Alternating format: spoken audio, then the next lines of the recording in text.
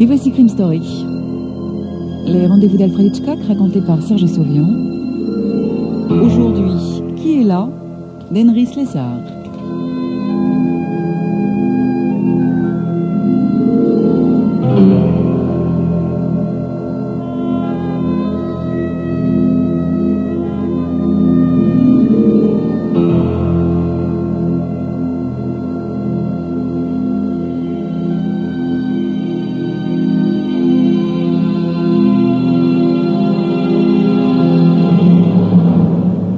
Avec le temps, le docteur Bull se sentait de moins en moins à l'aise dans sa peau de tueur à gages.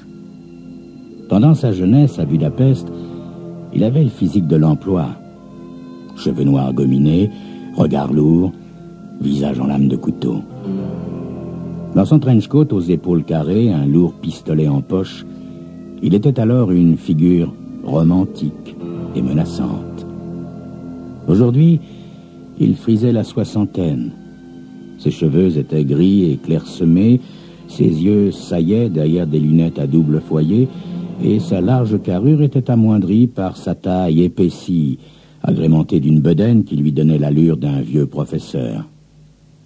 Mais, tout en déplorant l'outrage des ans, le docteur Bull devait reconnaître qu'il réussissait mieux que jamais dans la profession qu'il s'était choisie. D'abord, il était toujours imperméable à la peur. C'était pour lui une sensation inconnue. Ensuite, ses employeurs savaient que l'époque des tueurs de cinéma était révolue.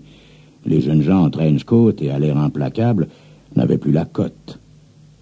Le docteur Bull possédait quelque chose d'infiniment plus précieux: la respectabilité. L'homme qu'il connaissait sous le nom de Langdon lui en fit justement la remarque lors de leur conversation en tête-à-tête au restaurant de Saint-Moritz. Langdon avait envoyé un message par la filière habituelle et le docteur Bull était allé au rendez-vous sans se faire prier. Son dernier contrat l'avait conduit en Amérique centrale, mais la junte militaire qu'il avait engagée avait été renversée avant de l'avoir payé. Il s'était promis de prendre une longue période de repos, mais il avait constaté avec étonnement que tout était hors de prix, même le repos. D'où son rendez-vous avec Langdon. « Veuillez me pardonner, docteur, je ne voulais pas vous offenser, non. Ma remarque concernant votre apparence physique était à prendre comme un compliment, n'est-ce pas? On ne devinerait jamais. » « Merci, monsieur Langdon. Reprenons où nous en étions. Vous ne souhaitez sans doute pas me donner les noms des personnes que vous représentez. Cela va de soi, docteur Bull. Mais vous consentirez certainement à me dire comment se nomme l'objet de leur intérêt. En l'occurrence, docteur, il n'y en a pas un, mais deux. Ah, vous connaissez mes prix, monsieur Langdon. Je ne pratique pas les tarifs spéciaux. Mon client est prêt à vous payer le double de votre tarif habituel, docteur. Dans le cas présent, le fait qu'il y ait deux personnes à éliminer ne vous posera aucun problème. En effet, il s'agit d'un couple marié. Ah, il y a une femme. Je n'ai pas l'habitude de ce genre de travail, monsieur Langdon. Comment? Des scrupules, docteur Bull? Non, simple constatation, monsieur Langdon. Quel est donc ce couple qui donne du souci à vos amis? Un couple inhabituel, docteur. Il s'appelle Blessner, monsieur et madame Robert Blessner, mais le nom de jeune fille de l'épouse est Laurence Cole. Je suppose que vous avez entendu parler d'eux, docteur. Oui, ces noms me disent quelque chose, mais attendez, ça n'a pas un rapport avec la physique? Une équipe de savants atomistes? C'est exact, docteur. Les autorités ne leur ont guère fait publicité, et pour cause, mais je peux vous assurer ceci. Quand vous aurez accompli votre mission, ils auront droit à des notices nécrologiques extraordinaires, voyez-vous. Ces Blessner sont des gens tout à fait étonnants. Parlez-moi d'eux, monsieur Langdon. Bien. La période la plus intéressante de leur carrière a été leur enfance. À l'âge de 3 ans, Robert Blesner était pianiste de concert. Mais oui, un prodige étonnamment doué pour la musique. Mais en fait, son génie musical ne représentait qu'une infime partie de ses remarquables talents. Son point fort, c'était les mathématiques. À 5 ans, il avait réinventé le calcul. À l'âge de 11 ans, il entrait à l'Institut de technologie du Massachusetts. Ce fut peu de temps après avoir obtenu son diplôme qu'il rencontra celle qui allait devenir sa femme. Laurence Cole est née 2 ans après Robert Blesner, et ses exploits d'enfant furent aussi spectaculaires que ceux de son mari. À l'âge de 6 ans, elle maîtrisait déjà 3 langues, mais son intérêt pour les sciences ne se manifesta qu'à l'âge de 14 ans, lorsqu'elle rencontra Robert Blesner. Elle tomba amoureuse de lui et cela la poussa à étudier les sciences. Il fut son professeur, mais, selon certains, elle l'a surpassé dans la compréhension de la physique post-einsteinienne. Ils se marièrent dès qu'ils eurent atteint leur majorité, et ils ont eu leur premier enfant voici 18 mois environ. Les deux, ils forment une équipe de chercheurs dont les travaux ont attiré l'attention des scientifiques du monde entier. Ils habitent dans la banlieue new-yorkaise comme un couple de jeunes mariés ordinaires, mais ils sont loin d'être ordinaires, Dr. Bell. Et, M. Langdon, ces innocents sont condamnés? Oh, pas si innocent que ça, docteur. Les travaux auxquels ils se livrent actuellement, dans le plus grand secret, sont essentiels à la défense du pays. Ils ont beau mener une vie apparemment normale, ils sont aussi protégés que les documents confidentiels enfermés dans les coffres de Washington. Je dois cependant avouer, docteur, que mon client ne fait pas simplement supprimer ces 2 savants en bon gré mal gré. Non, c'est plus profond que cela. Mais j'ai cru comprendre que mon client n'avait contacté les Blesner pour tenter de s'assurer leur service, et que dans un premier temps, ils avaient accepté, et puis ils ont refusé. Mon client eut alors recours à la menace brutale.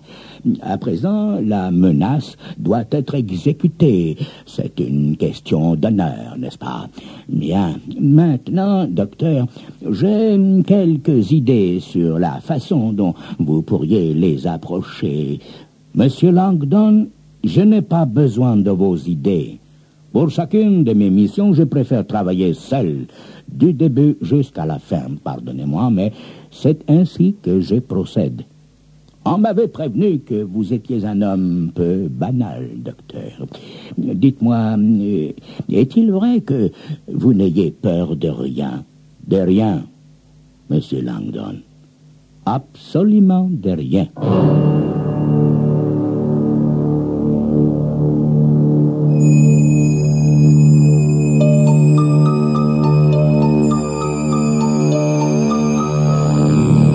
Jusqu'à quand le docteur Bull n'aura-t-il peur de rien? C'est ce que vous saurez dans quelques instants.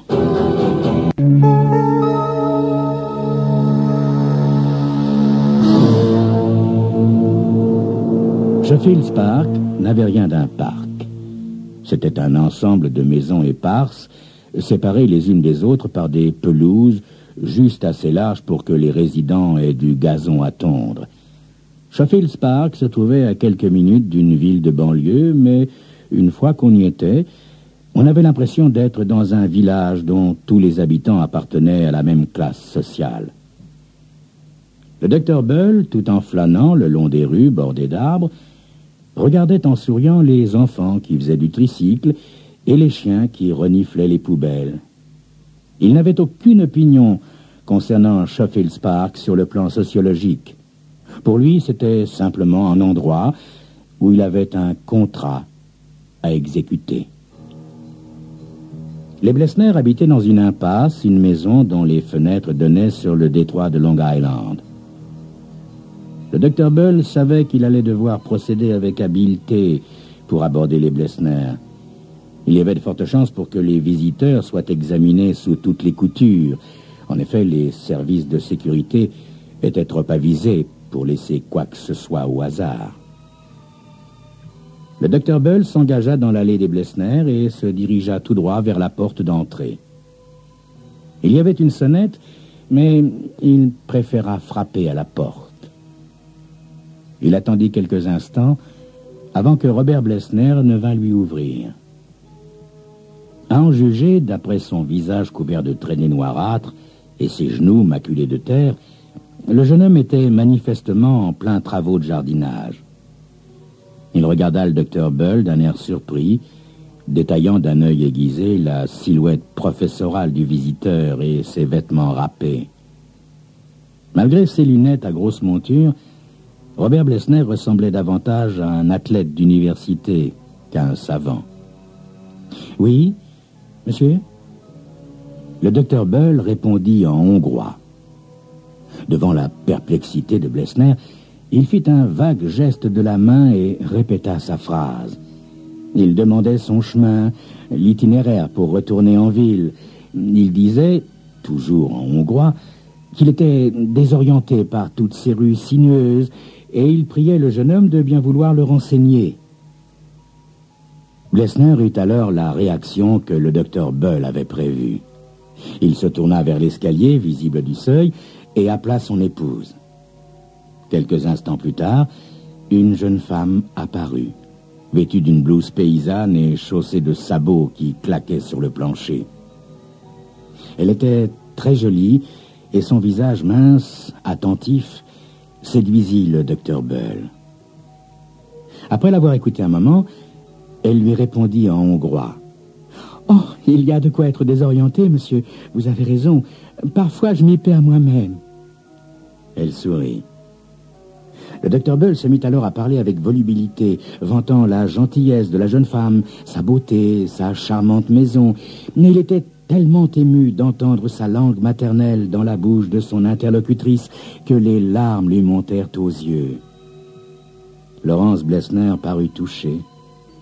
« Vous savez ce que c'est, madame, je suis un étranger, un immigrant. Tout le monde ici a essayé d'être gentil, mais quand on ne connaît pas la langue, les mots sont si importants parfois. Cherchez-vous quelqu'un de particulier, monsieur? Une personne qui habite à Schoffels Park? Non, non, j'étais allé rendre visite à un ami en ville et j'ai eu envie de faire une promenade au soleil. J'ai vu ces belles rues avec ces jolies maisons et tous ces enfants. Cela m'a rappelé comment c'était chez moi, à Budapest. Je ne comprends pas pourquoi je suis tellement triste aujourd'hui. Ça fait plus de 3 ans que je n'avais pas pensé à ma ville natale. La dernière fois que je l'ai vue, les rues étaient rouges de sang. » Laurence Blesner regarda son mari. Elle lui glissa quelques mots à voix basse et se tourna de nouveau vers l'inconnu, qu'elle vit tituber légèrement. « Qu'y a-t-il, monsieur? Vous ne vous sentez pas bien? J'ai dû marcher trop longtemps au soleil, madame. Mais ne vous tracassez pas pour moi. Ça va aller mieux. Voulez-vous que j'aille vous chercher un rafraîchissement? Non, non, je ne voudrais pas vous déranger, madame. Pensez-vous, voyons. » En anglais, elle dit à son mari, « Ce pauvre homme n'a pas l'air bien, Robert. Tu ne crois pas que ce serait possible, juste pour cette fois? Mais tu sais bien ce qu'ils ont dit, ma chérie. Pas d'exception. Si tu veux la vérité, Robert, j'en ai plus qu'assez d'eux. » Elle se tourna vers le docteur Bull. « Entrez donc, monsieur. Monsieur? »« Laszlo. Stéphane Laszlo. Mais je vous assure, vous ne devriez pas. Si je pouvais seulement m'asseoir un moment sur le perron. »« Il n'en est pas question, monsieur. Vous allez entrer boire quelque chose de bien frais, à moins que vous ne préfériez un alcool. »« Non, non, non. Boisson fraîche, ce sera parfait, madame. Vous êtes vraiment très aimable. » Le salon était un véritable capharnaüm. Des journaux ouverts jonchaient la moquette et les reliefs du repas dominical étaient encore éparpillés sur le dessus en marbre de la table basse. Dans un coin de la pièce trônait un parc occupé par un bébé qui avait disséminé ses jouets un peu partout en les lançant à travers les barreaux. L'enfant, un garçonnet aux yeux clairs et aux cheveux blonds, dévisagea l'inconnu avec curiosité. Laurence Blesner n'essaya même pas de mettre un peu d'ordre dans la pièce. Sans le moindre embarras, elle entassa quelques coussins dans l'angle du divan et invita le docteur Bull à s'asseoir. Après quoi, elle se rendit dans la cuisine. Son mari, debout sur le seuil, observait la scène. Finalement, il sourit, haussa les épaules et alla prendre un coffret en bois sur la cheminée. Il proposa une cigarette au docteur Bull, qui le remercia d'un sourire, mais qui refusa d'un signe de tête. Quelques instants plus tard, Laurence revint avec une carafe contenant un liquide verdâtre. Elle remplit un verre qu'elle tendit au docteur Bull. « À votre santé, madame, messieurs. » Les Blesner lui sourirent. Le docteur Bull but une gorgée, soupira et posa son verre sur la table basse. Puis, il sortit un large mouchoir blanc dont un coin dépassait de la poche de son pardessus. Et il sortit également le revolver qui était caché dessous. Il pointa l'arme vers le bébé en disant « pas un cri, je vous prie, sinon je tue l'enfant !» Mettant à profit le moment de stupéfaction qui suivit, il glapit son ordre suivant. « Donnez-moi votre portefeuille, je vous prie, monsieur Blesner. »« Mais voyons, je l'ai... Dans la poche revolver de votre pantalon, s'il vous plaît, monsieur Blesner. » Laurence était affolée. « Donne-le-lui, Robert, donne-le-lui !» Le jeune homme tendit son portefeuille. Le docteur Bull l'empocha, puis demanda à la jeune femme de lui remettre sa montre et sa bague de fiançailles, ornée d'un solitaire. Il dédaigna l'alliance en or, comme l'eût fait n'importe quel cambrioleur averti. « À présent, tournez-vous tous les deux !» Les Blesner se retournèrent. « Je m'appelle Dr. Bull !» Et il pressa la détente. Laurence hurla en voyant son mari s'effondrer à côté d'elle, mais son cri fut interrompu net par la seconde détonation. Sans perdre de temps, le docteur Bull s'accroupit auprès des deux corps pour juger du résultat. Le pouls silencieux de ses deux victimes lui apprit qu'il avait visé juste. Il se redressa, pressé de partir avant que des voisins curieux n'accourent. Il avait presque atteint la porte d'entrée quand il fut saisi du besoin irrépressible de retourner dans la pièce pour contempler une dernière fois son œuvre. C'est à ce moment-là qu'il entendit une voix articuler distinctement « Docteur Bull !»« Quoi ?» Il tressaillit, la main soudain tremblante. C'est alors qu'il vit le bébé, debout dans son parc, cramponné au barreau, ses grands yeux dépourvus d'effroi, sa petite bouche crispée, son regard dur. « Docteur Bull, vous venez de vous faire un ennemi mortel. » Le docteur Bull se précipita vers la porte. Il sortit dans la rue sans cesser de courir, oubliant la discipline de toute une vie. Même quand il fut certain d'être en sécurité, son vieux cœur continua de cogner dans sa poitrine. Et pour la première fois de sa carrière, le docteur Bull connut la peur.